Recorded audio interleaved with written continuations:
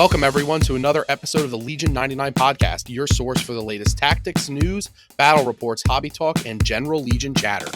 All right, welcome back, everybody, to another episode of Legion 99. I'm Nick, and I'm here again with Mike. Hello. Hey. How's it going? Good. Just got off work like an hour and a half ago. Getting ready for PAX, getting ready for the tournament this coming weekend coming up. Had a tournament last weekend. Lots of tournaments. It was great stuff. We're going to talk about some tournaments. Yeah, it sounds like we've kind of had the same day. I'm also only like an hour and a half away from work. Yeah. And I did pack my stuff for PAX. I have to. Nice. Oh, you're already packed for PAX? I think so.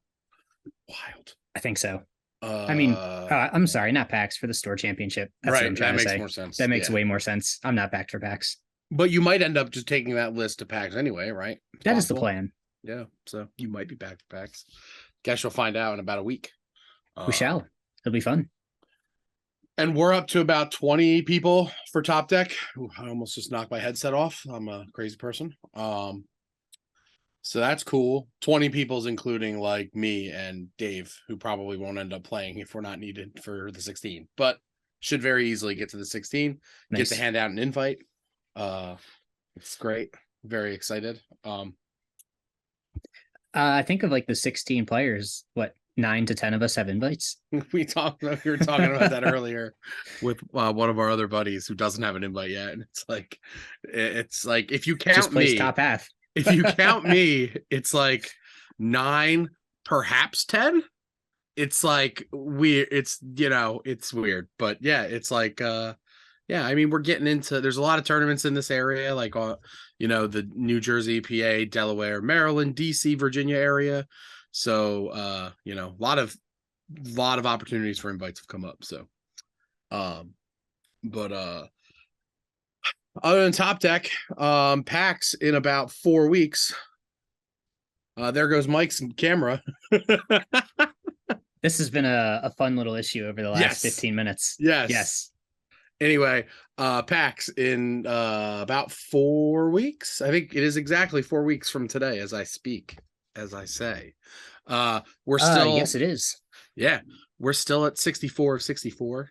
So Mike, I'm gonna assume your video will probably come back at some point. Yeah, I think it will. I'm just gonna talk as we go, and we'll kind of let the internet be the internet. I'm gonna feel really bad for people watching the YouTube if they have to look at me the entire time. If they have to do that, maybe we'll just do like a funny little caricature. There you go. All right. Anyway, butcher that word. We're full 64 of 64. Drop your name on the Game Up link if you're interested in coming, and message me about waitlist. Basically, we've already had, I think, 3 or 4 people drop, so I've added 3 or 4 people in the last like 2 or 3 weeks. Basically, if you're already on, as of like right now, if you're already on the waitlist, I expect you'll be able to play. There's always people that don't show up, and I'm really psyched at the potential of actually having 64 players. There he is. He's back. It's even better quality.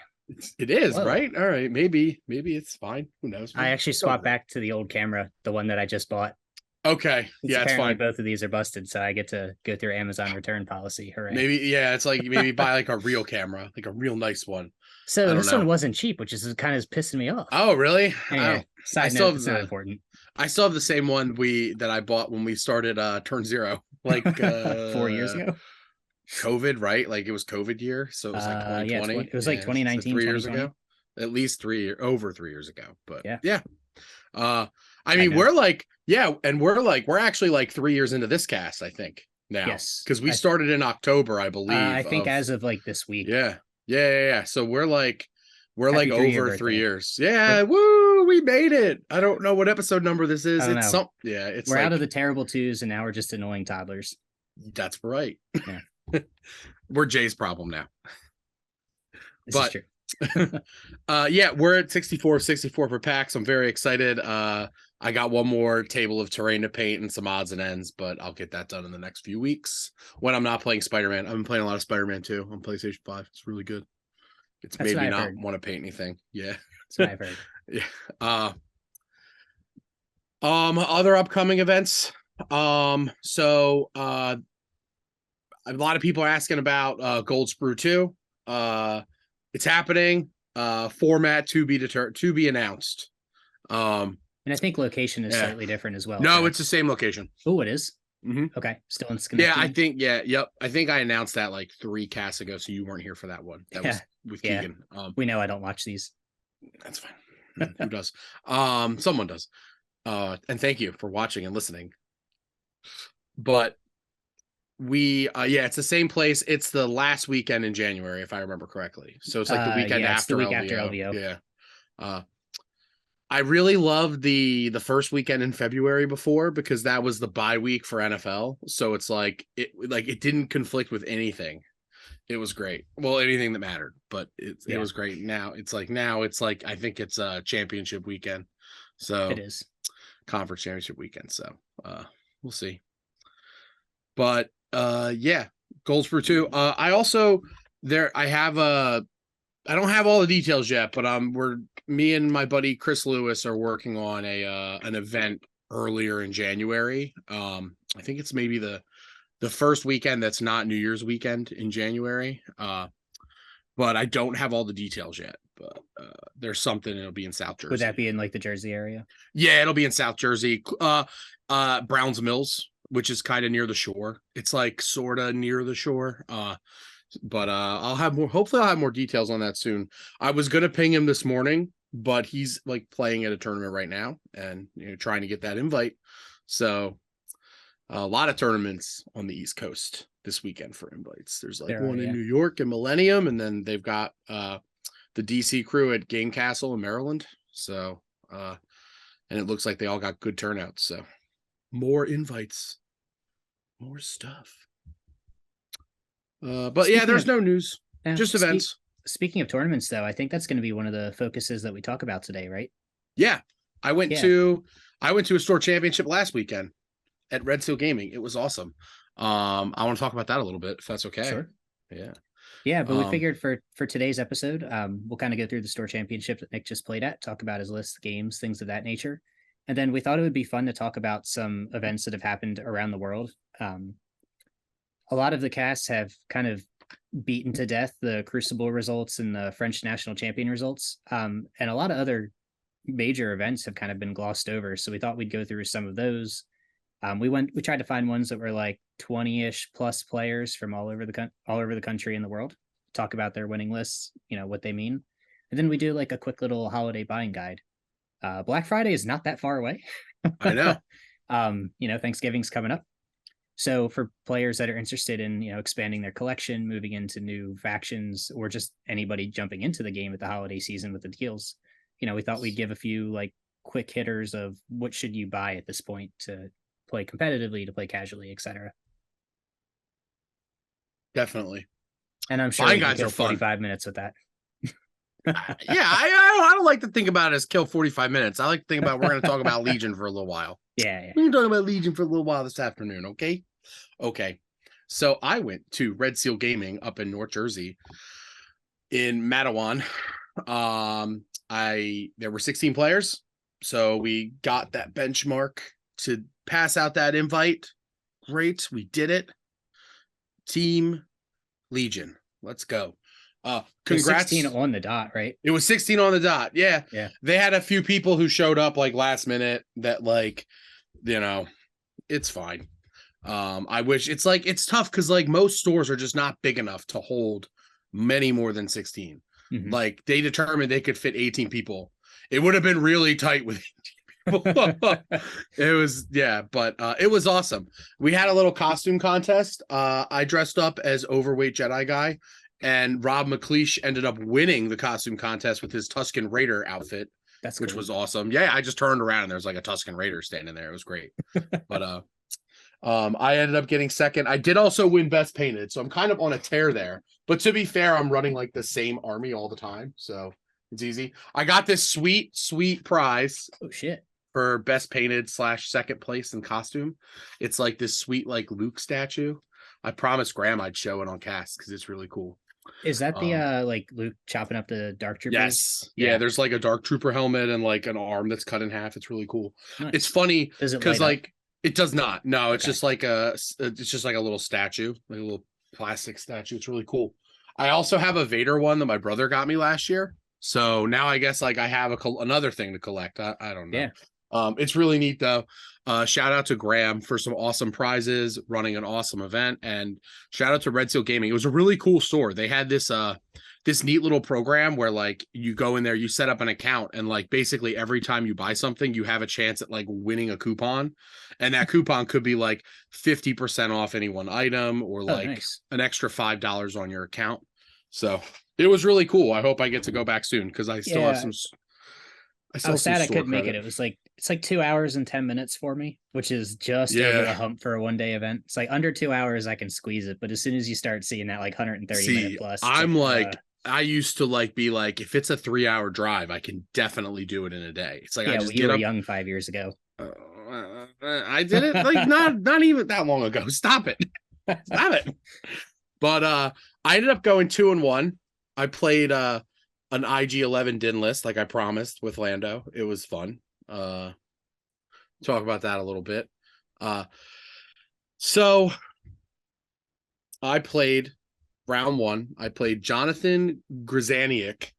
I'm butchering his name, but he's a buddy. I don't care. He usually goes by Grizz or John Grizz, but he was playing. He was the only other player with a secured invite. So we ended up getting paired up round one. So that was cool. We've also never played. He comes to a lot of my tournaments. He's like always playing. We've never actually played, so it was great. He played a lot of Blizzard Force up until recently. He swapped out for this event. He was playing Vader Triple Dues, and it's like I guess he just made his own new Battle Force, like what did Blizzard Force or Dino Force? I don't know. Dewback Force, something Force. I don't know. We had a Something with clever Vader and nickname the other supports. day. Yeah, it was Vader Triple Dues. He even had 2 snowtroopers. Oh yeah. Does he own anything else? I don't know. I'm just kidding, John. No. It was Vader. It was Vader. I think Vader had reflexes, push, all that good stuff. The dewbacks, 2 of them had comms jammers, which was relevant because I forgot about them. And then like I couldn't relay an order when I wanted to, which made me quite sad. Because I took Din with a comms relay. But I missed. I thought I was going to be able to kill enough dewbacks quickly enough before they got into my lines, and I was wrong. I was incorrect. I killed like 1 dewback before it like got close enough to matter, but then the other 2 I didn't, and Vader had like a very easy path to getting into my lines. Like he got like turned at the start of turn 3. I think he was like in an FD. It was like he Yeah, was like that's in an rough. FD and he gutted a vet. So it was like sad times, very sad. Is it Commander Vader? I'm assuming. It was Commander Vader. Bert, yeah, and I was not ever able to recover from that. I attacked Vader like 3 times with Din in melee, and then like once or twice with IG, and like Vader ended up only taking like 3 wounds. Sucks. Yeah, it was. He had medics too. At one point, a medic like This really like, is just Blizzard Force of bounced. dinosaurs. Yeah, Jesus. yes. Yeah. It was just kind of unfortunate that like I wasn't able to like get any dewbacks off the table quickly enough, basically. But it was a really good game. Well played by him. So I start off 0-1. That's okay. I didn't, I came to dress up as a Jedi and throw dice, and it was fun. So round 2, I played I can't remember his name. On Game Uplink, it is US Asian. That is his name. He was a newer player. This was like his first tournament. I think like his 4th or 5th like 800-point game. He was playing Luke, Ahsoka, an ATRT, two Mando squads, and then I think 3 Rebel troopers with Z6s. So it was a very much like this is what I own list. That's quite a melee alpha strike, though. Yeah, we got rapid reinforcements. So I actually got rapid reinforcements game 1 too, and I was like, well, I kind of just like was like, well, most of the dark troopers are gone. especially the double dark troopers. So I figure like I can put rapid reinforcements back in my deck. So I did. And like, rapid reinforced dewbacks are pretty good, just like being able to, launch an FD. So we played rapid reinforcements, and he rapid reinforced both of his Mandos like behind to try and flank my lines. It didn't work really well because he only had 8 activations to my 10, and he had to drop a Mando like second or third activation. So I was able to like, I think I shot it twice with vets that round 1, and it took, I think it took 3 wounds round 1. Yeah, so it was pretty neutered. And then I took care of the second one, round 2. I focused on his troopers because like the ATRT and the troopers, because like that's what scared me. Like I felt pretty comfortable that like with the table and the layout that like I could handle Ahsoka or Luke getting in. And he was a little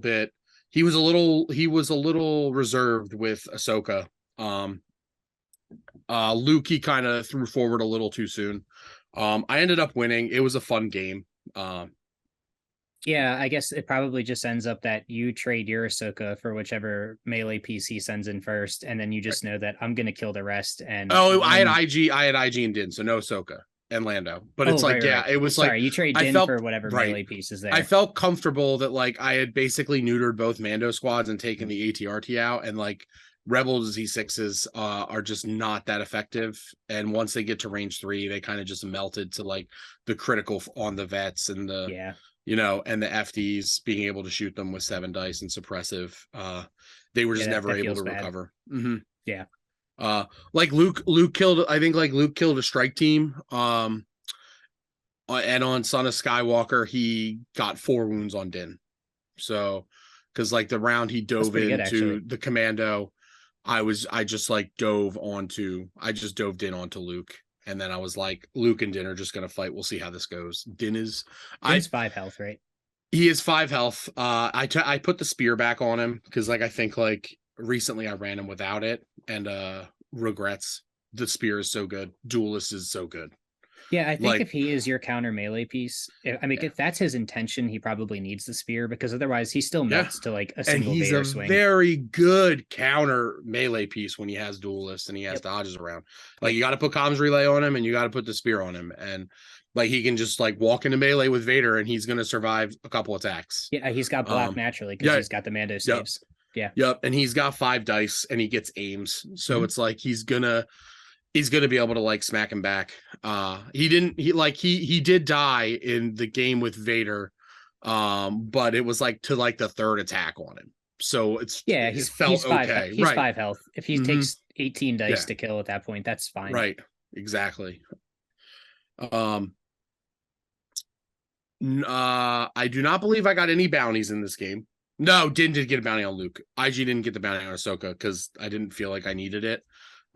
So I just kind of was like, hey, Ahsoka's here, everything, shoot her, kill her. Yeah, that's fair. She survived a while. I think at one point she had like 8 suppression on her. But so I won that game. So I'm back to 1-1.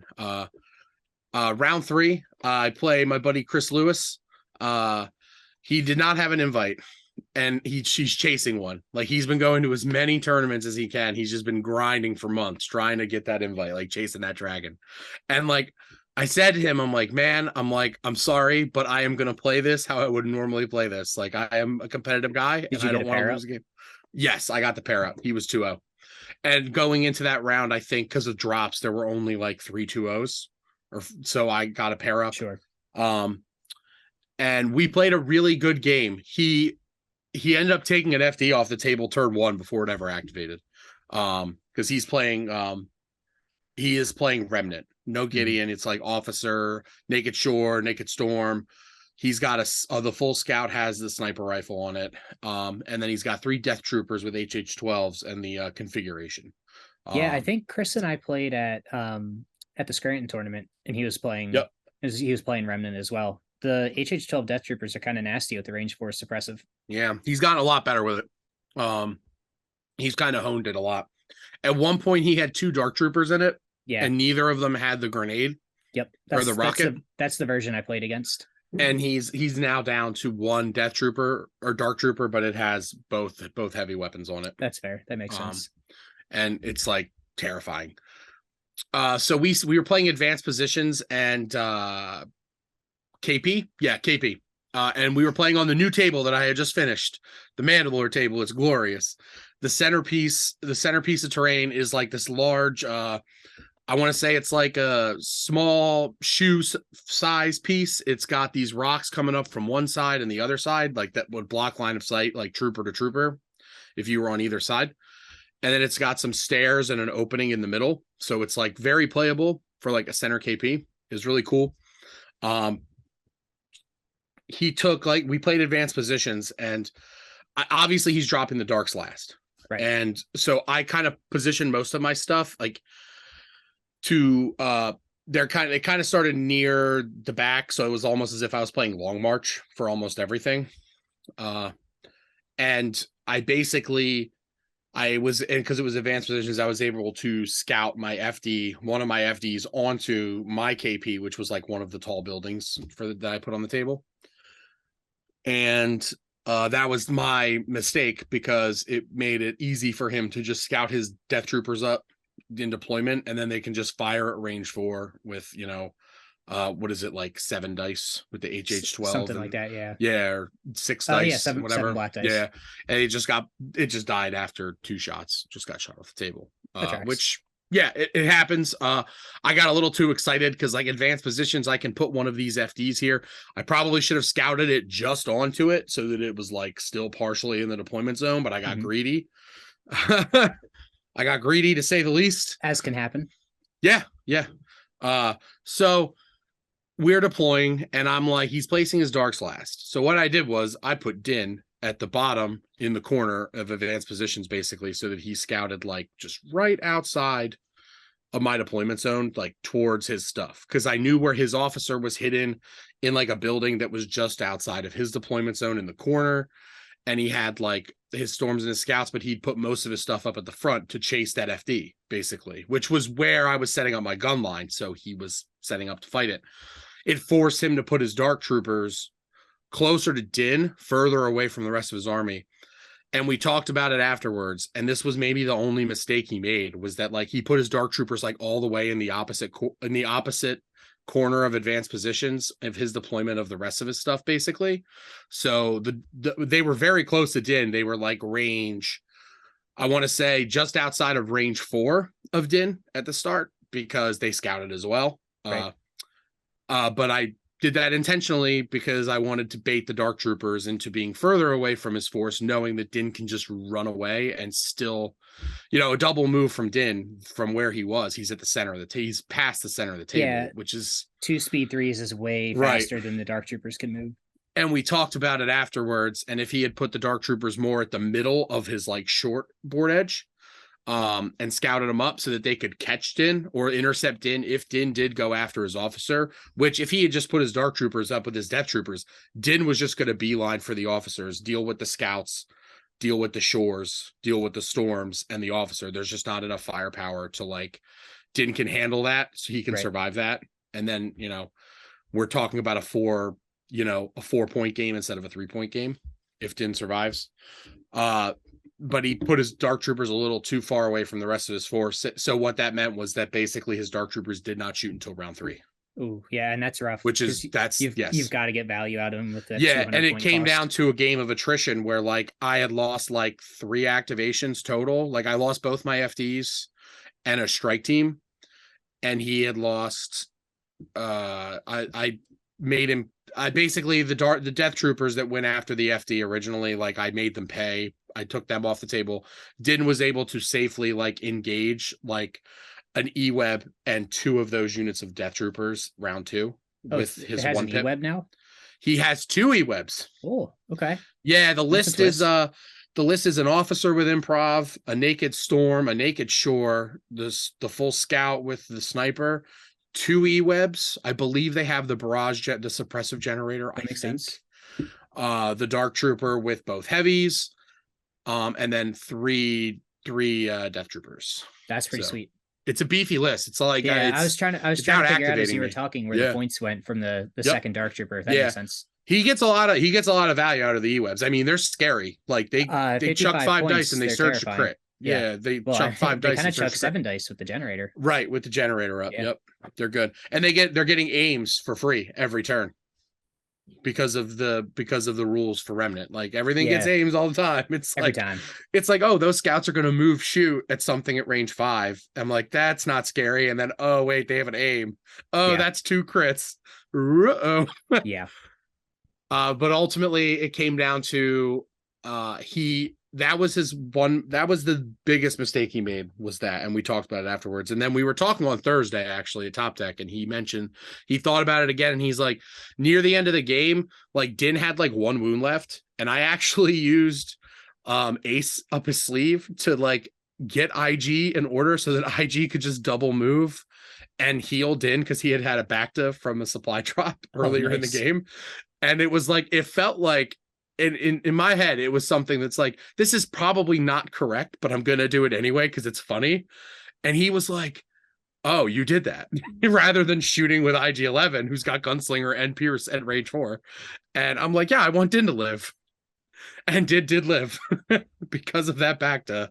Hey, I think like, yeah, sometimes it matters. he shot at Din a few times, and then Din took like 1 more wound, and then he took a shot with the round 6. He shot at IG-11 with the Dark Troopers instead of shooting Din, because he could walk into range 2 of IG, or it was like he could walk into range 2 of IG, or he could walk into range 3 of Din or something like that. And he was like, and he had his grenade up, so Yeah, I like, think you take the range 2 shot at that point. yeah, if he'd taken the range 3 shot, he probably killed Din, because Din was out of dodges, I believe, or like he only had 1. And it's like, if he kills Din, like it's a lot harder for me. Ultimately, I ended up winning. It was a really close game. And then Adam and Graham played in the final, and Adam, I think, had like an Anakin and an Echo with 1 wound at the end of the game, but had 3 boxes. Oh, damn. But they had 3 boxes between them. So it was like, hold this line. Because like I walked over afterwards, I'm like, oh, it looks like Graham's got it. Because Graham's entire army is on the table still, like all of his Wookiees and Yoda and everything. I'm like, oh, it looks like Graham's got it. And then I went over and I congratulated him on winning. And he's like, oh no, Adam won. And I'm like, what? And he's like, yeah, he had like 3 boxes and Echo had 1 wound and didn't die. He's like, I shot Echo and like Echo just saved. So Echo We played lived. the Rebel game. But yeah, awesome tournament. Had a lot of fun. IG-11's cool. Din felt like the weak link sometimes. Because like when he just doesn't like, it just feels bad when he doesn't like, when he shoots into heavy cover and doesn't get anything. Like, Yeah, when you terrible. have to spend the aims to like crit fish, his value Yeah. tanks tremendously. You know, if you can get the lethal turning, if you can get the marksman, sorry, if you can get the lethal and the long shot turning and not need to spend the aims for rerolls, he's good. Mhm. But his dice pools are too small. You're gonna have tiny sample sizes, and In every that- now and then In they're that just gonna third whiff. game, I got a Whistling Birds off and I killed 2 units with it. I don't want to So hear this. there's that. I don't want to hear this. I'm I'm traumatized from I know. Whistling Birds. I know. What did you kill? Like 2 full B1 units one time? I think the one time we played, it was like a B2 and 2 B1s, and I think I That's did what it like was. 10 or 11 wounds. Yeah, total. I picked up like half my goddamn army. Yeah, you picked up like 2 B2 models, or like 1.5 B2 models, and like, yeah, and At then 2 a whole wounds bunch of apiece. B1s. Yeah, it is terrible. And then other times it doesn't do anything. Like I did it against Pat on Thursday and it didn't do anything. So it's like, but yeah, this time against Chris, it's like, it was like one of them, it was like a unit of Death Troopers that had 2 models left, and then like another Death Trooper that had 1, and it went 2 for 2 and then 1 for 1. And it's like, well, not like, impossible. Yeah. It's like you just can't. It's just weird. It's like sometimes it's really, really good, and then other times like it's really, really bad. So, Such as Din. Yeah, IG-11's cool, though. I played a similar list again on Thursday. It didn't go as well, but I swapped out the strike teams for like an officer and another MK so that I could take improvised orders. And I oops and put the officer like near like too close to the center, and I forgot that like he had full arcs, and a full arc walked up and shot and got 6, spent their lethal aim, and I rolled 1 paint on 4. So I was Yeah, like, that, I mean, I'm that kind dead. of makes sense. I'm dead. Yeah. Oops. But yeah, IG-11's cool. I'm gonna try a list with I want to try Han. I think he Han, needs Chewie. Lando, but He does, because you need to right, be able to you gotta dump have that 3-pip. yeah, You have to be able to control it. you've I got to almost dunk, got you've got to dunk the 3-pip, and you've got to be able to play the ace up his sleeve. yes, ace up his sleeve's good because you get that. You need to get that order, and then being able to dump the 3-pip for something else. And like the list I made, it's like Han, Chewie, Lando, IG-11, and so there's a lot of Pierce in that Yeah, list. that There's seems. a Oh yeah, you ton posted of that. Pierce. Yeah, that seems Yeah, pretty. it's pretty just solid.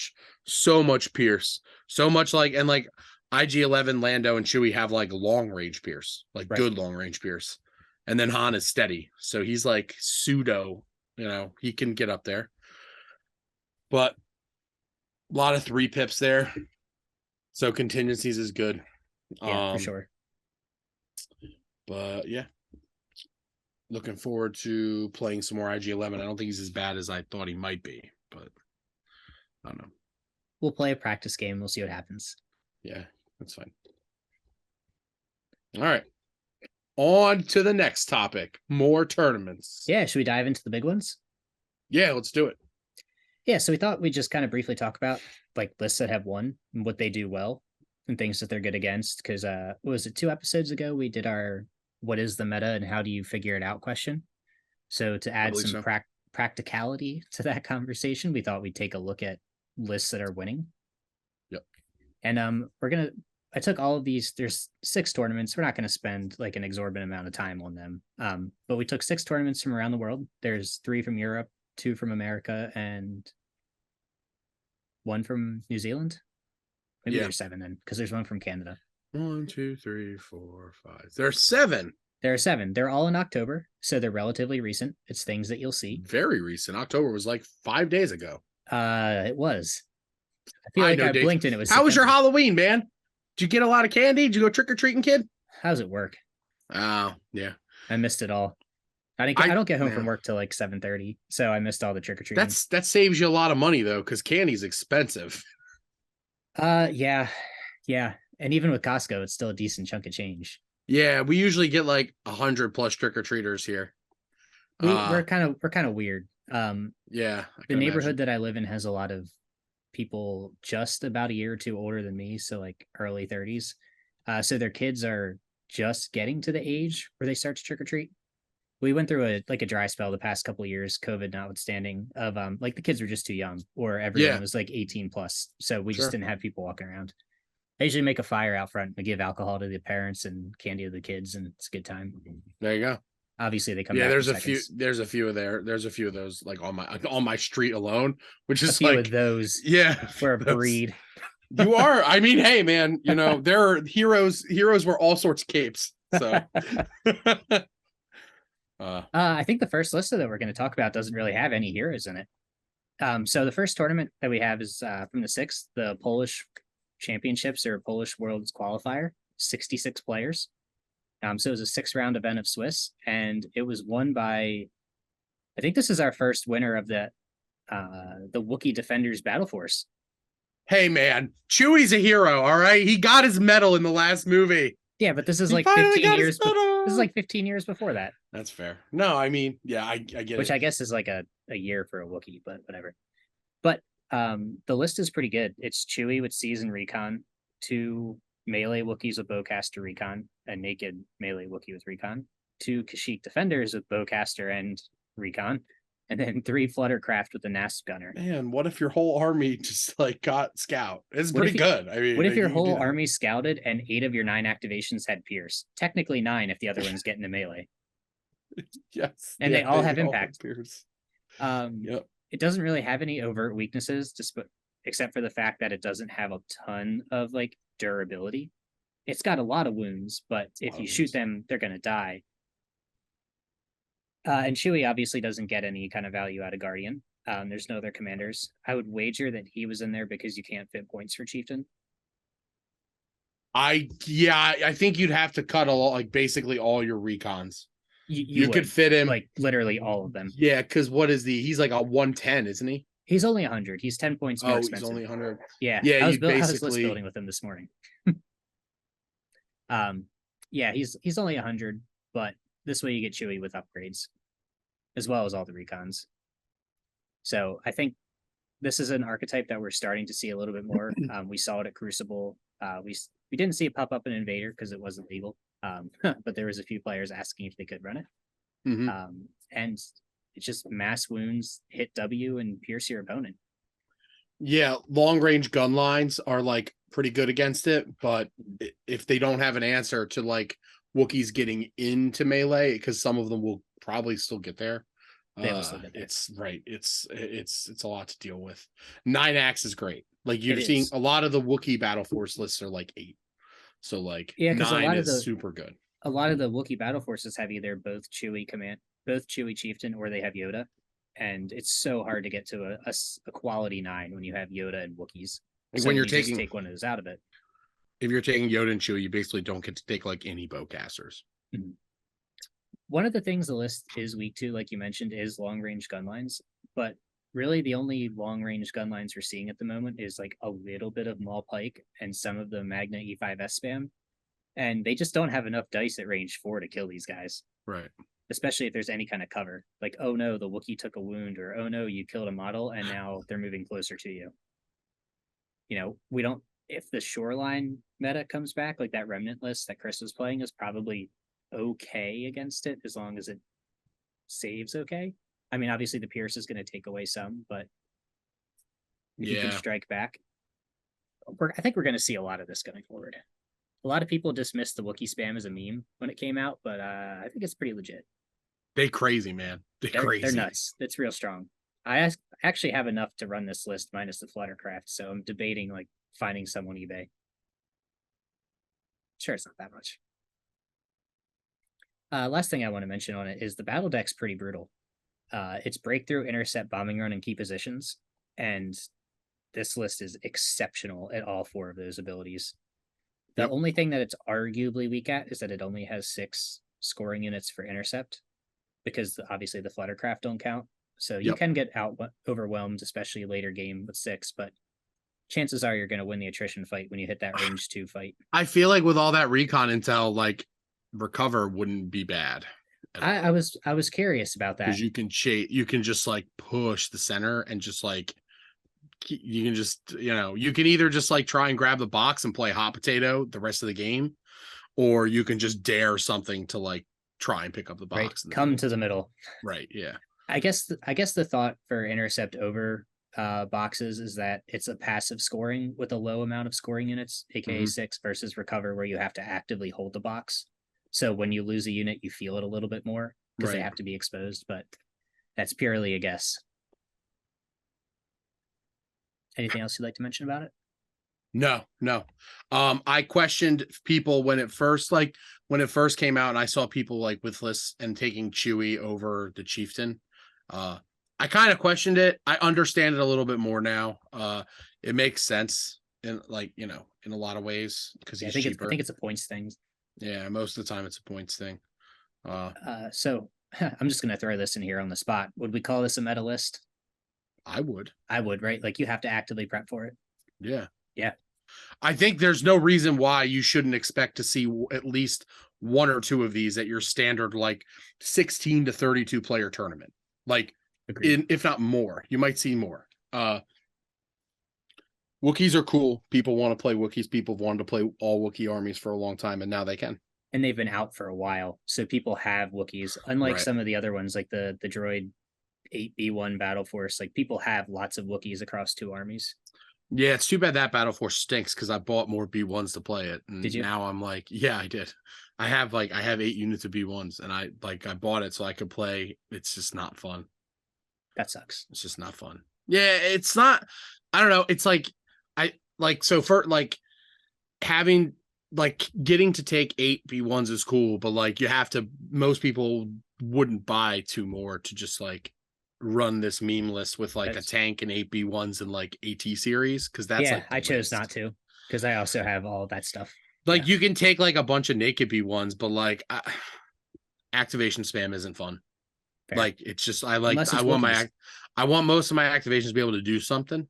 So Mhm. yeah, it's Well, if you want things to do something, we can take a look at the next list.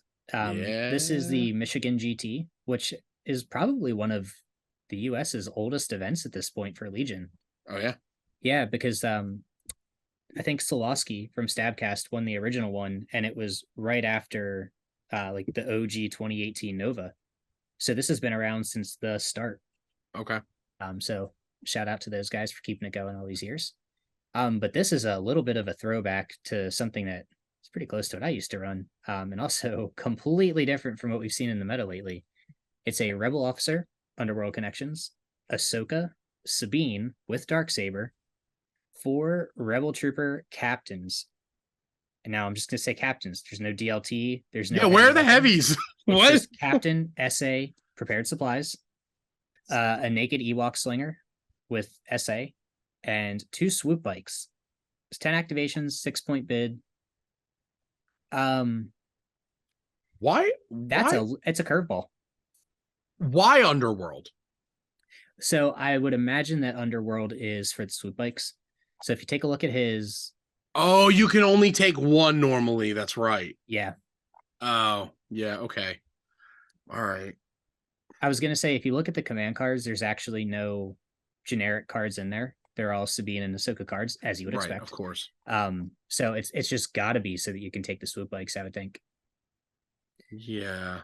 It's a pretty nasty battle deck. It's breakthrough, hostage, Yes. recover, and bombing run. The list is Right. exceptional again at all of those. It can play everything. It can play everything. I would argue it's not super stellar at hostage. But it does No. have 2 melee pieces. It's got a 5 health SA dodging. Rebel Trooper is the carrier. Mhm. And I don't think there's anything else that it would be better at. So I think it's pretty solid as a 4th. But it's interesting. It's very different. And there's a lot of units that are hard to kill with the SA captain, with the slingers, if you just put them in heavy cover, and then with obviously Sabine and Ahsoka. And Ahsoka has reflexes. She's got into the fray. She's going to be tough to kill. Yeah, and I'm not like, I don't know why you would, other than like for hostage exchange, I'm not really sure why you would shoot at the rebel troopers at all. Like, Well, unless they're your only target. yeah, that's what I was going to say. I think that you shoot them because you're trying to gut the underside. Because Yeah. obviously the player who won, and I do apologize, I don't have their name up, must be a competent player. So obviously he or she is going to position Yeah. Ahsoka and Sabine in quality positions. So you might not have anything else to shoot at, but like a rebel trooper Of at range course. 4 and heavy cover. Right. So I'd be curious Right. what the like push pull effect is of almost playing like a cat and mouse game with your Sure. power units. Yeah. I dig it. It's really close to like the Luke Sabine 4Z6 I used to run. Yeah. Yeah. So I definitely get the concept of it. I'm curious what its matchups were. I think it plays very well against like CIS crit spam. Because you're just not going to kill these things. And I don't think 3 Magna Guards are going to be enough to kill Ahsoka and Sabine. It's a lot of situational awareness. Yeah. So I think it plays well against a lot of factions, but I'd be curious to see it against like a full-fledged clone gun line who's just going to push to range 3. Sure. I think that would be an issue. And I'm curious if that matchup was there. But I'm not sure I would exactly call this meta, but it's definitely like a rogue per se. You know, you always see some like, no offense intended, some weird rebel lists show up at tournaments that do well. Yeah, they're always, like that's all. Some chop change ones. You know, there's Right. always something. Rebels and droid lists tend to like bring out the odd things, right? Like, because like with droid list building, right? Like, and for years it's kind of been this way. Like, you're taking 5 or 6 B1s, or you're taking like 4 or 5 B2s, and you're taking like 2 or 3 of this support or whatnot. You know what I mean? It's always like, first it was Staps. Well, not first, but like it was Staps, and then it was Ion Spiders or Magnas and your B1s, or it was all B2s and Maul. So, but you would see odd lists with like one of this support, one of that support, some B full. Anytime you see full BXs in a CIS list, it's like, oh, they're here for a good time, not a long time. Unless it's experimental droids. That's a topic for another Yeah, show. yeah. One of us But needs yeah, to play it. I'm it was actually on the table for this store championship, but I have too many guard Jedi lists I want to try. Nice. Yeah. This Um, is not a list. This rebel list is not a list that I would play. But I see. I guess I see why it would be good. It's a lot of units with situational awareness. it is, and like we talked about, it's got a solid battle deck. Yeah. So I think it's a good. I would imagine this player has a fair few number of reps with Sure. it. But it's not something that I would go out there and say I'm going to actively prep to face. Right. But you should be aware of what it does. Right. So bravo.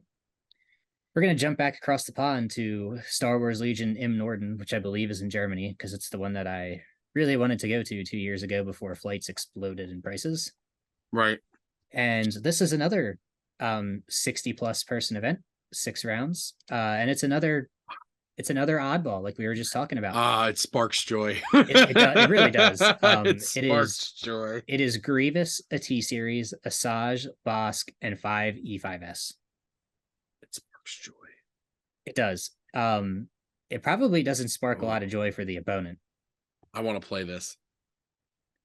I want to play this. This looks fun. It does.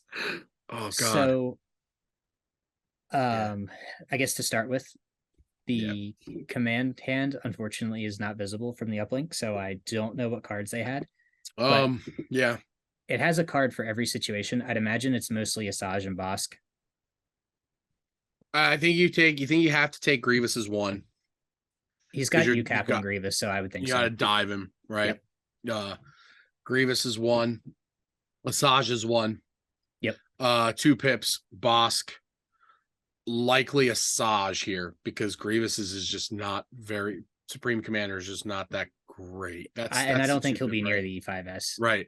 The 3 pip is definitely Bossk and definitely Asajj. I think you're just taking one Grievous card here. I think so. I think it's actually a pretty easy command hand to make. I could actually see an argument that the 2 pip is push.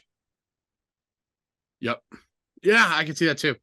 I guess you don't really need push with the direct down the chain. Yeah. Asajj's cards, like her 1 pip and her 3 pip are the essential ones. The 2 pip is good, but it's like, it's not like it's not the star. I was not impressed by it, but sorry, by the 2 pip, not the list. To be clear. Oh yeah, this list seems really fun. I kind of want to play it. Right now. To go over battle deck, it's key positions, hostage, intercept, and recover. Yep. I would say it's strong at all these objectives. I don't know if it's as stellar or outstanding as like the Wookiee battle force, or honestly, even some of the rebel ones. Like hostage is tough here. B1s are not good at hostage exchange. You have to play really weird command cards at the start because you've got to get them in order. So it really changes the tempo of the game. So right. I'm sure if he or she knew what they were doing, but that seems like a tough one there. I'm surprised you don't have like breakthrough in something like this, especially with the option. Yeah, I would definitely have. I would have breakthrough. I guess Bossk's bounty is potentially a tipping point, but yeah, it's really strong at KP. It's great at intercept and recover. It's super strong with Asajj and Grievous. You can't really slow them down. They're going to get there. Right.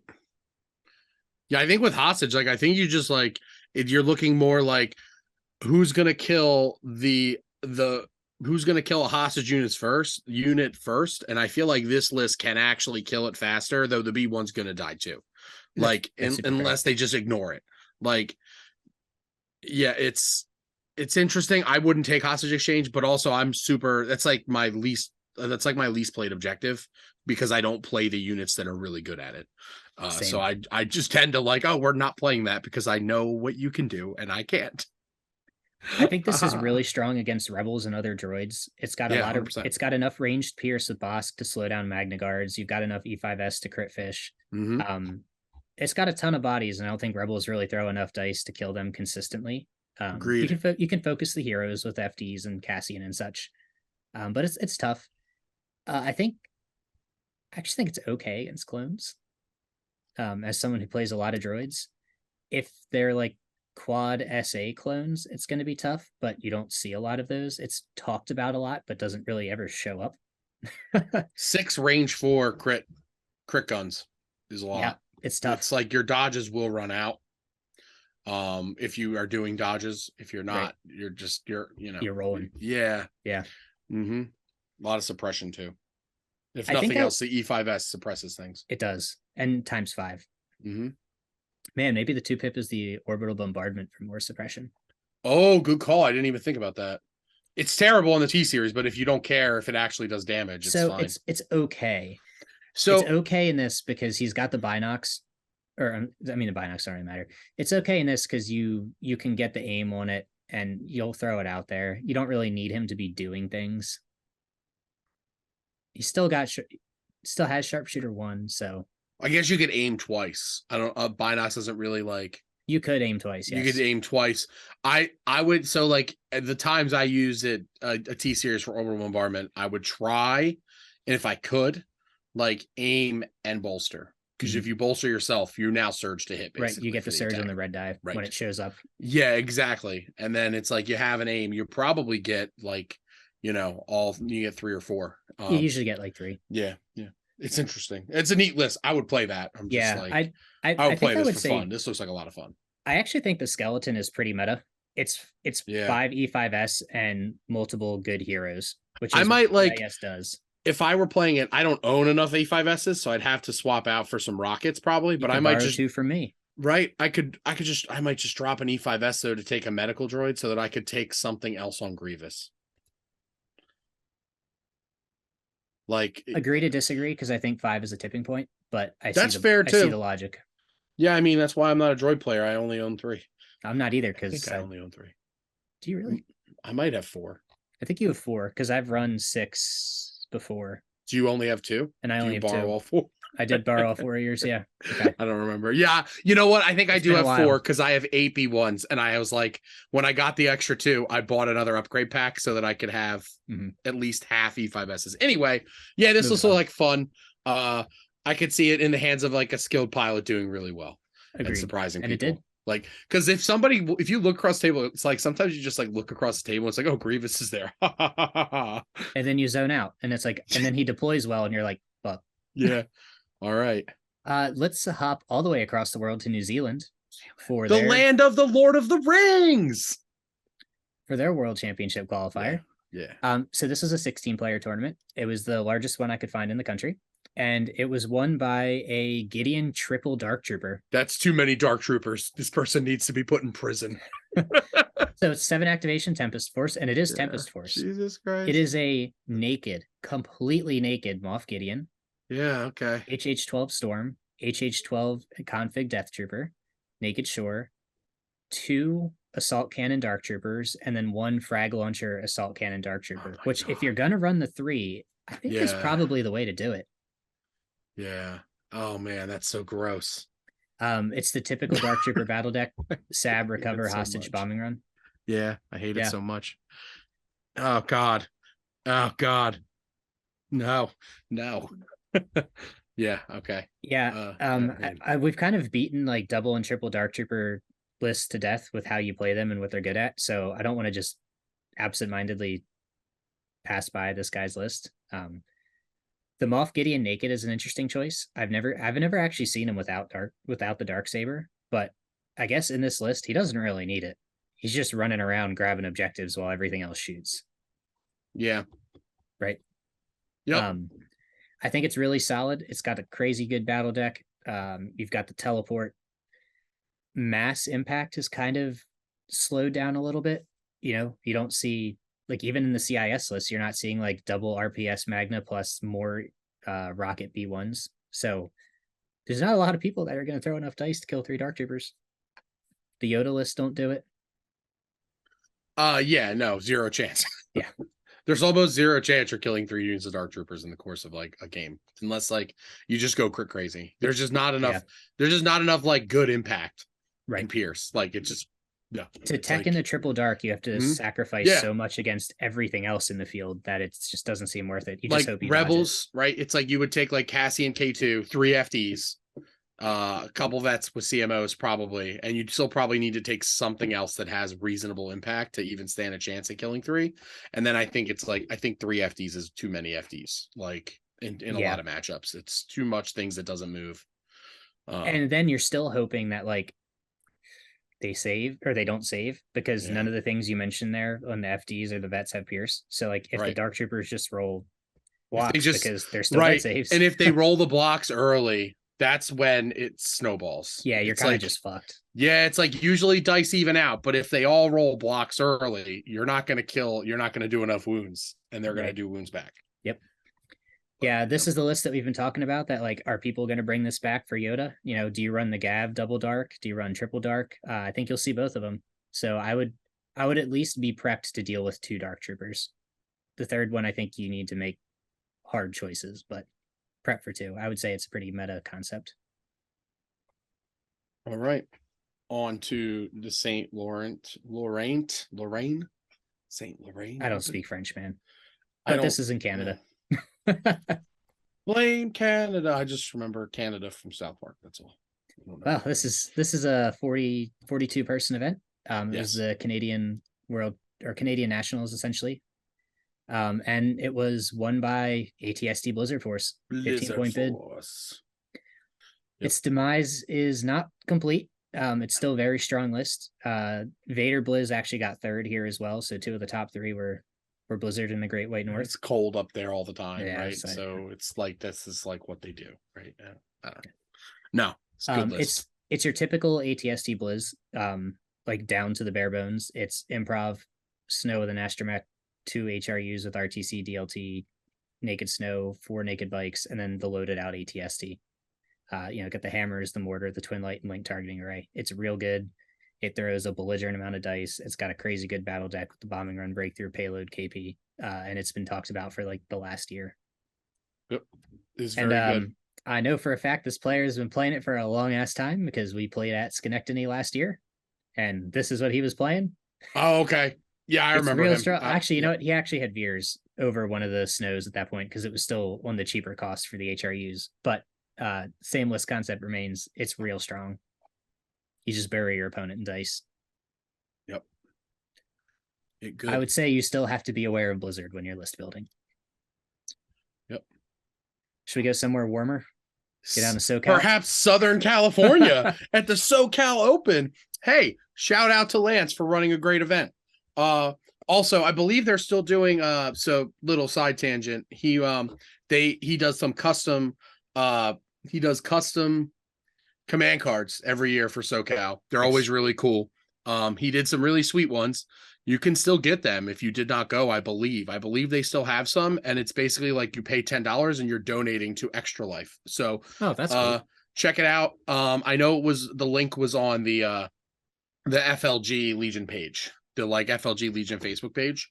And I believe he still had sets of cards like a couple days ago. But I got mine. They're pretty sweet. Also, $10 ain't a lot. So do it. It's for the kids. Yeah. Anyway, this list is not for the kids.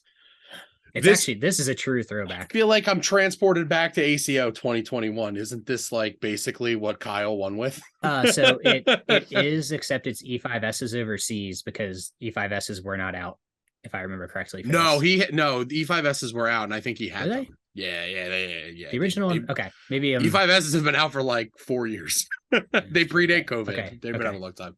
So this is 10X. It's T series Darth Maul with saber throw build, which I think is correct. 3 E5S, 3 Ha Troopers with transponder, your strike team with sniper, and a DRK Sith probe droid. Yeah, seems like it's quality. It was very this list was very popular a few years ago. It was really good. I think it's still pretty good.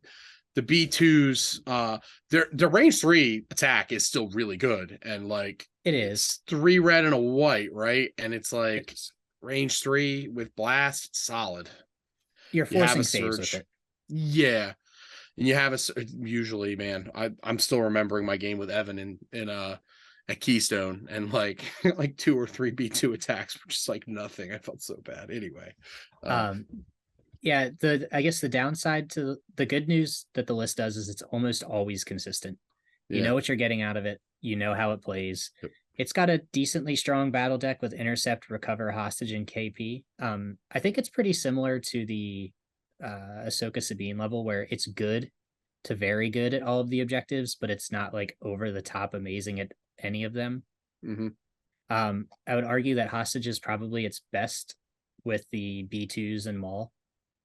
You know, it's really tough to beat this list on Yeah. hostage. Yeah. 100%. Yeah. Uh, It's also it is really strong at intercept, similar to what we talked about with the Wookiees, where they can just force range 2 in the attrition fight for that turn 5-6 scoring. This can do the same with the super battle droids. yep. It can play breakthrough pretty good too. It can. Breakthrough is not in here, but it's a No. very strong list unit for it. Objective Yep. for it, I'm sorry. Weaknesses though is it's super brittle. Mhm. If All your white opponent saves. just throws a lot of dice and like if you get one hot Z6 roll against it, you lose 2 B2 units or 2 B2 models. Right. Yeah. And it can drop off. It goes like 100 to 70 very quickly. Yeah. Armor 1 is not a lot behind a white save or in It's- front of a it's- white save. It's essentially not. just low profile. Yep. Yeah, it's good. It's something. You're always blocking a hit. And but yeah, well, against those larger dice pools, it doesn't matter. Right. Like a clone with a fire support can like just knock one of these off the table in one shot pretty easily. Yeah, I think it's interesting because this list is arguably really strong against half of the meta lists right now, and then really weak against the other half.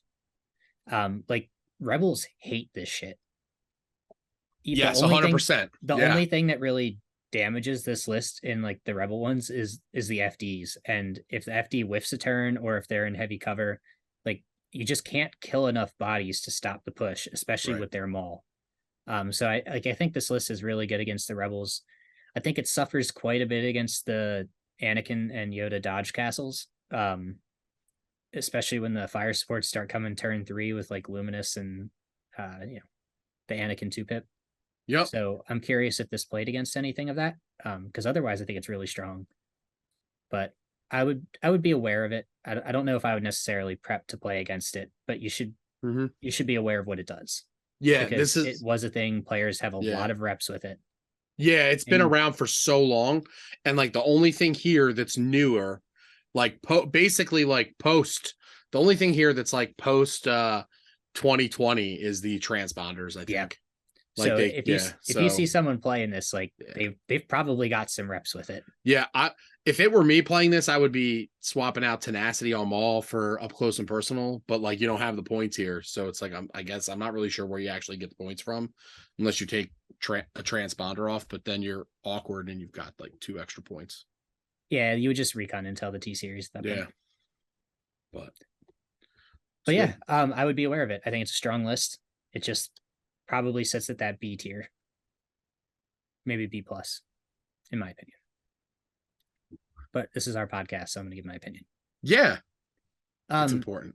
Let's jump over to the MK Store Championship, which is Milton Keynes in the UK or England, depending on what you want to call it. London, jolly old London. Is it London? I don't know. Probably.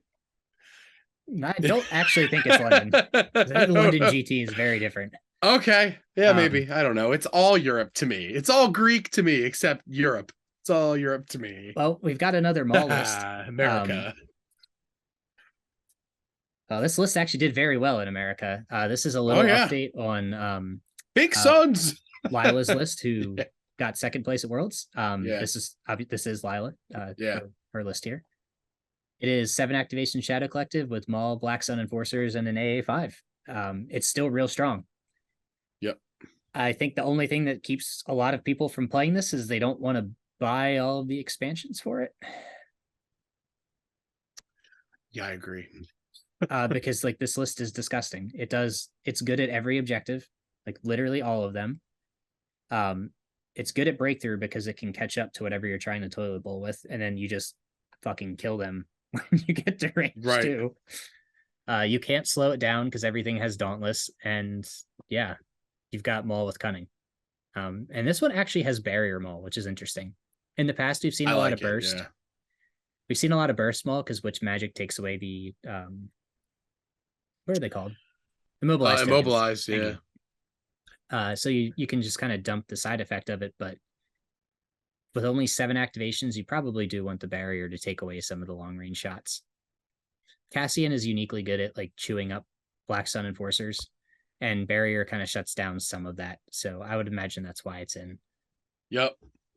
It's real good. It was covered ad nauseum post World, so I don't want to do a deep dive into it, just to be blunt. But it's recover, hostage, payload, and bombing run for the battle deck. And as soon as you see that flip over, you're like, yeah, I don't really want to play any of this.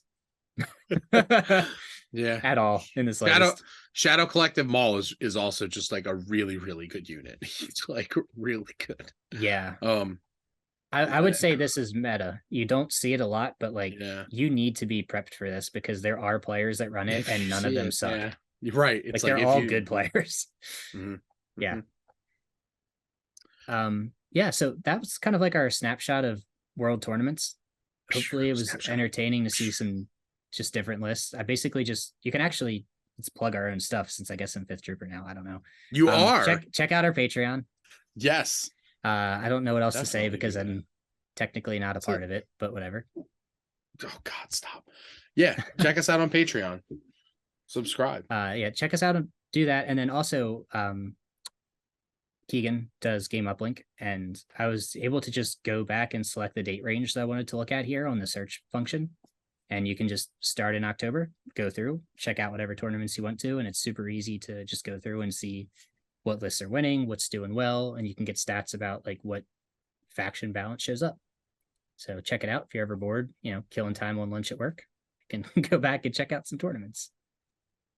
Yep. But yeah, so I think some common threads that we've seen with a lot of this is all of these winning lists are good to very, very good at their battle decks. And when you're talking about a lot of units these days and a lot of lists these days that are going to 800 points on the dot, you probably want to build a list that excels at the battle cards that are going to be showing up. You can't always control them because it's going to come down to a die roll quite a bit, but make sure that you can adequately play excel at 3 and adequately play a 4th. I think that's your most common thread. And a lot of these have a lot of, I don't want to call it W key, but there's a lot of close range effectiveness in these winning lists. We've seen the Wookiee Force, we've got the Black Sun Force, we've got the B2s. There's a lot of close range shenanigans that go on. So sure. Not really a lot of gun lines here that are long range gun lines. Yeah. So c'est la vie. Want to quickly hit a buying guide? Yeah. Yeah. Happy holidays, everybody. Happy holidays. We're ready for Christmas. We got some Mariah Carey going on right now in our ears, right? No. Not in the absolutely not. I value my sanity, sir. Yeah. I also worked at Kohl's back in the day. And oh, did you really? I did. When I was in high school, we had it was a 42-minute Christmas playlist. Oh my God. So when you've got a 10-hour shift and a fucking 42-minute Christmas playlist, you hate Christmas music. Yeah, I bet. Because you hear the same songs like 12 times a shift. Yeah, I bet. Oh man. Yeah, so I will never willingly listen to it. Call me Scrooge all you want, but it's been burned out of my head. I can't do it. It's okay. Well, yeah. But let's talk positive, right? Yeah. So let's say like you're getting into Legion, right? And Christmas is around the corner and you're like trying to you're listening to this podcast, even though you haven't like bought anything yet, I assume, right? Because why not? We're great. Like let's say you want to like jump in and you're like, oh, I want to play Republic. Where do you start? I think you start with Anakin. I think you start with the 501st box. Yeah. The recently restocked, I believe. Yes. Top Deck just got a bunch in a couple months ago, maybe a couple months ago. I don't know. Time is anyway. Right. So I feel like the starting point for Republic is Anakin, right? He's kind of like the benchmark, and he's a little easier to play than Yoda. Like starting with Yoda's hard. So starting with Anakin is great, and he comes in the 501st box. And the 501st box also notably has no overlap with the core set. So you're there's right. that's like the only one. Like every other one has some kind of overlap with the There's no phase Oh, ones in the 501st? Echo. I'm sorry, Echo. There are no phase ones in the 501st because you can't take phase ones in the 501st. Oh, right, it's a phase two only. Right. Yeah. Yeah. So like and that box, I think it's like MSRP, it's like $150, but like you get 2 phase 2s, you get three full arc units. You get an ATRT and you get Anakin. That's well over $150 in value. Yeah. And it's basically like a full 501st army. Like you might like, so I guess like you probably see a clone commander in there sometimes. Yeah, Or and like, you've kind of got enough to like proxy as well. Yep. Because you're not going to run all of the models. So like even if you need to use a mortar trooper to stand in as a clone commander, or like add a mortar trooper to your arcs to flesh them out, like you can do it. And especially if you're just getting into it, you're fine. But like that second thing on your list should almost certainly be the clone specialist box at that point. I would because say then so. you get your clone commander, and that's the one with the medic, the clone commander, the engineer, and the comms guy. Yeah, you're right. Yeah, you're close. You can't take the RPS in 501st anyway. So you gotta buy because it's you phase can't one take only. a phase one. Mike, do you play this game? There's a lot of minis here. This game, I see that. Some of them I painted too. A lot of them you painted. A lot of them. Where's the Scooby Doo mystery machine? It's there somewhere, right? That's actually it's you can see it in the bottom. Sort of. Bottom right, you can see some like blue where I'm. Oh, I see it now. Yeah. Yes, I see the orange actually. Yes, you can see the orange on the machine. Anyway, so I think like the second thing you buy is the specialist pack with the clone commander and the medic, because those are things you often see in 501st and even in regular list building. Because like, Anakin's really good, even not in 501st. You probably want an ARC troopers for your strike team, for your Echo strike team. Phase 2s are solid. Phase 1s are obviously way more affordable points wise, and like in regular lists, it also lets you the phase 1s have access to more heavies than the phase 2s do. So that's the big thing. So like, I feel like my third purchase then is like a box of phase 1s and a box of phase 1 upgrades. Yeah, I think that's correct. You can sort of squeeze out like almost 2 units of phase 1s there. And then it gets you, the RPS in the upgrade box, and you get your DC-15 in the main box. Yep.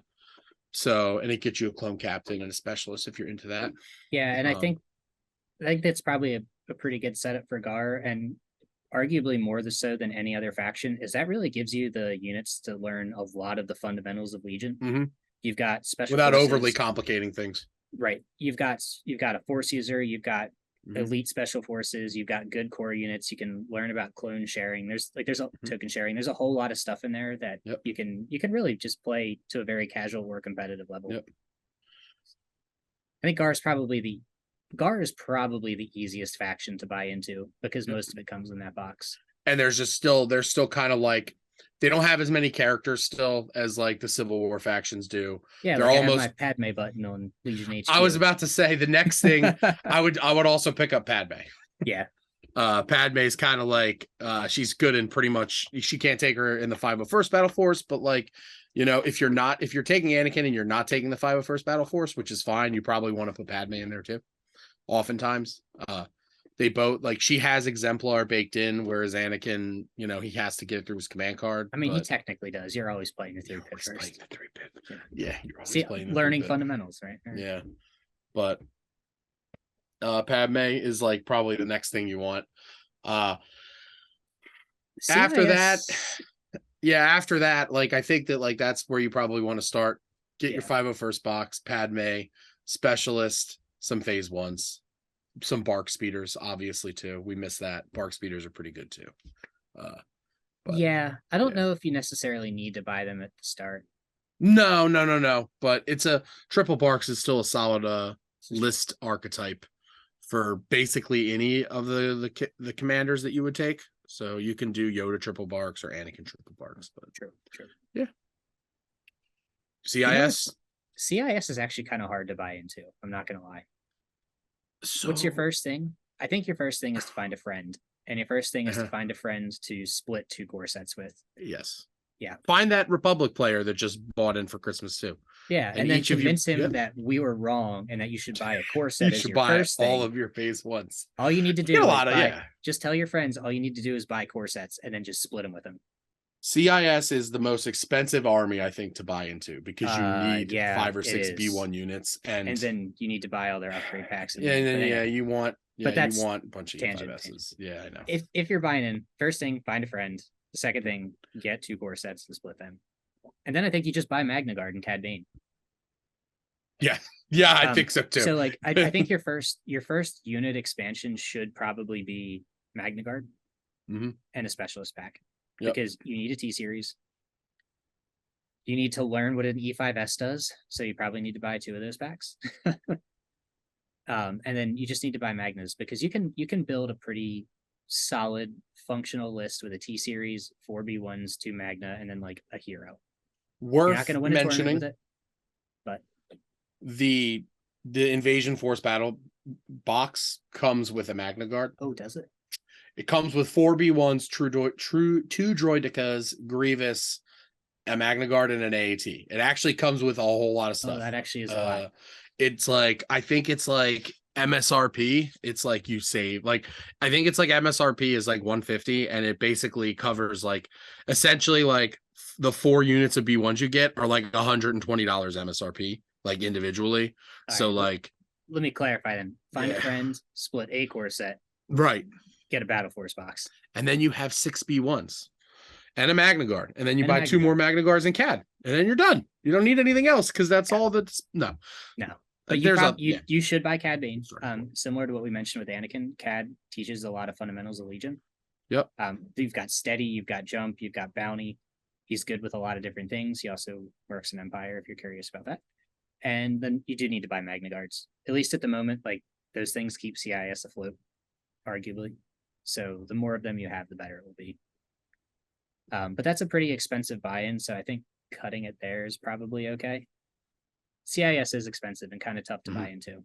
Yeah, because there's a lot of units you need. You need a lot of B1s. It's also so Nick, do you want to take the lead for Rebels? Because I don't play Rebels anymore, and I don't really know what you should buy these days. Yeah, man. So you could also start with the Echo Base box, the Battle Force box. Vets are kind of like the I don't want to say the gold standard for Rebel core right now, but like they're in a lot of the competitive lists. It unlocks the MK turret. You get to take one of those with each vet, which is a little bit cheaper than a Rebel Trooper. It's not as versatile, but it punches really hard, even though it only rolls 4 dice. And like the Echo Base box, I think comes with like 4 units of vets and MKs. It does. It comes with 2 Tauntaun units. It comes with an FD. Illegal amount of units. It comes with an illegal amount of units. Yeah, it comes with like an excessive amount of Rebel veterans, which is whatever. You can, like, if you buy it, like, you're probably never going to need more than 3. In like my opinion, you don't really need more than 2, but like you can run 3 and 3, and you can just trade the other one to somebody for something. Like, it's not a big deal. Yeah. It also comes with an FD, which is pretty essential these days to like competitive Rebel lists. It also comes with Leia and Chewie, which are less essential to competitive Rebel lists. Chewie's very good, but he's not a straightforward piece to play. Leia's okay. There's better commanders you can take, which is probably going to be your first purchase post Battle Force box. Right. I think you want like Cassie and K2 pack, and you want Ahsoka right now. I think they're like some of the best, most fun units to play for Rebels. More FDs is good. You probably want to consider a box or 2 of commandos as well, so that you can take strike teams. Full teams are okay with snipers too, but with the Chewie as well, especially if you've got him already. Right. Yep. Chewie's good for Guardian there. Boba Fett's kind of an honorable mention for me. He's a lot of fun to play, the Rebel version. But he's not for everybody. But if you wanted to play Boba Fett and you wanted to play Rebels, like, he's pretty good. You can have a lot of fun, and he can do a whole lot of fun stuff for you. Did you buy a T-47? I think the answer is yes, because it's fun to paint. It's fun to paint. Looks cool on the table, and you do learn vehicle mechanics. Should you use it in all of the Sure. lists that you build? Probably not. No, But it I do. goes They're it also goes like super along. cheap. It goes along well if you're doing the Echo Base box because it fits in the Echo Base Defenders army really well. So if you want to go that route, if you didn't want to go the Echo Base Defenders route, you definitely got to pick up a core set. Pick up a core set, your half, trade your other half for another half a core set or whatever. Get a Rebel Vet, get a couple commando boxes, get Cassian, get like Ahsoka, and then you can build a pretty decent army from there. FDs are really good. They're like a weird piece. Like the more I play them, the more I enjoy them. Like I didn't like them a year ago, but now I've been playing them a lot and like they're real good. So picking up a couple of them is good, but they're a patience piece. Yeah, I don't know if I would like encourage a new player to play multiple FDs off the rip, because if you make a mistake with them, you're going to have a really boring game when you can't do anything with your units. Yep, I agree with Yeah. that. But yeah, Battle Force box, get a Cassian, which comes with K2. Grab an Ahsoka, consider your commandos and T-47s. Yeah. Basically, I think one of the things that's kind of neat about Rebels is that there's so many units available because it's been out the longest. Yep. You know, if you want to try something that's more vehicle focused, you have the option to buy into it at a pretty reduced price because it's the old soft plastic models. Yeah. Like a T-47 is like $17. Mm-hmm. It's crazy cheap. So you can do it if you want to. The commandos are old, they're cheap. Empire? Yeah. I'm going to give a huge cop out for Empire here. Buy what you like. I mean, if you like Vader and Palpatine and you want to be like playing with the Sith Lords, buy them. They're good. You can get a core set to get Vader. You can buy the Operative Vader. Palpatine's another older expansion that doesn't cost a lot. If you go that route, you can buy some IRG. If you got the core set already, you've got half your core with the Stormtroopers. If you think bounty hunters are cool, you got like 7 you can choose from. Pick your 2 favorite and get them. Empire there's almost nothing like, that's not good or playable. You can build a pretty quality list with literally every unit in Empire. Even a LAT, honestly. You can make a LAT list. Yeah. Yeah. I think like the asterisk or the caveat that I'll add is that if you want to go play a lot of Stormtroopers, you want to get a lot of the Stormtrooper upgrades to go along with that, so that you can take T-21s because they're really, really good. T-21s are really, really good. Unfortunately, the starting upgrades you get with the core set are not super great. Yeah, they have not aged as well as the DLT is often seen in the DLT and the HH-12 are seen in Battle Forces a lot, just not in regular standard 800 points usually. Yeah, I'm not sure. I guess I would recommend a Blizzard Force box if you want to run Blizzard Force, or if you want to run. But I do feel like that one does kind of pigeonhole you a little bit. It also has so much overlap with the core set. It has a lot of overlap with the core set because you get bikes in the core set, you get Vader in the core set. Yeah, I think Empire is the hardest to recommend, but I would say just buy what shit looks cool. Right. I think it's the hardest. It's the hardest for us to call out specifically things that are good, like, or that you should play, but like basically like everything is good. Yeah. So there's that. Like, just make sure you buy enough to field a legal army and then have fun. Yeah, and I would echo what Nick says, and I would not buy a core set and a Blizzard Force box. You're going to spend a lot of money on duplicates that you really don't need. At least not right away. Right. Unless you can get them on like a really, really cheap deal. But I you're overlapping on Vader, and unless you want to run bike spam, and bike spam's good, like you would, get your extra bike, but Shadow Collective is pretty easy to recommend. There's not really a whole lot. Buy a starter set, look online and see what looks fun, and then either buy Pikes or Black Sun. Or buy more starter sets. Or buy more starter sets. So like the Shadow Collective starter set is really expensive for what you get, in my opinion, but it is cheaper than buying like individual expansions. So like I would, if you want to buy in a Shadow Collective, honestly, and you might cringe a little, I would just start with like 3 starter sets. You get 3 Pikes, 3 Black Sun, 3 Mandos. You get a lot of malls. You can only run 1, but painting practice, right? Yeah. You go back and paint another one later. But like basically it's like around $70, I think.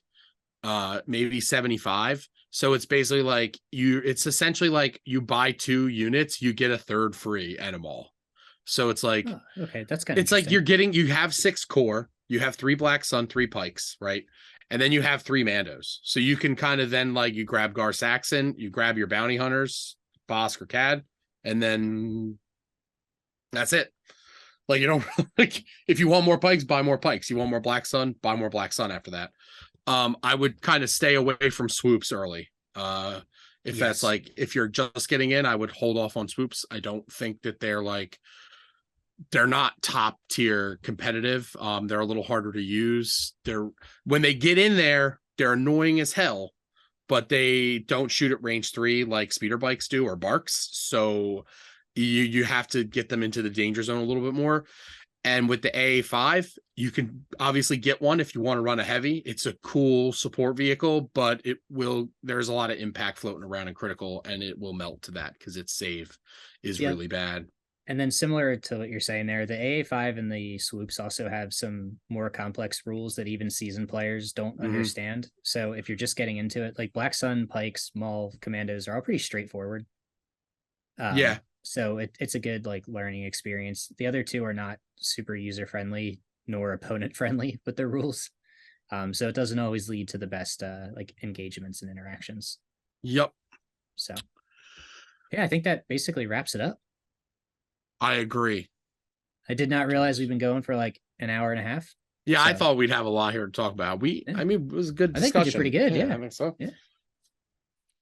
But thanks for joining us as always. Yeah. You can actually catch me on the next episode of Scoundrels, so come say hello. Wow. What are you doing there? I am filling in for a round. Oh, okay. So that'll be fun. So yeah, you gotta come to this cast to see me and hear me. That's the way it goes now. Yeah. I don't. Yeah. I leave my talents here. That's it. You come for the bod. Oh God, such cringe. Oh, I couldn't resist. That's it. We're done. Thanks, everybody. I'll talk to you in 2 weeks. See you at a tournament soon. Yeah.